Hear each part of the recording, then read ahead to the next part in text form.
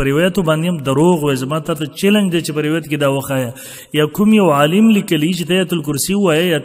یا سورت یاسین ووایه که الله غواړي که نه غواړي به خامخا ستا حفاظت کوي د قطعیت په درجه کې دا چا ویلي زما ته چیلنج دی بسم الله که وښایه دریم نمبر دی بیا اخوا وایي دغسې مثال دی امیه په باره کې وایي چې هغه روان و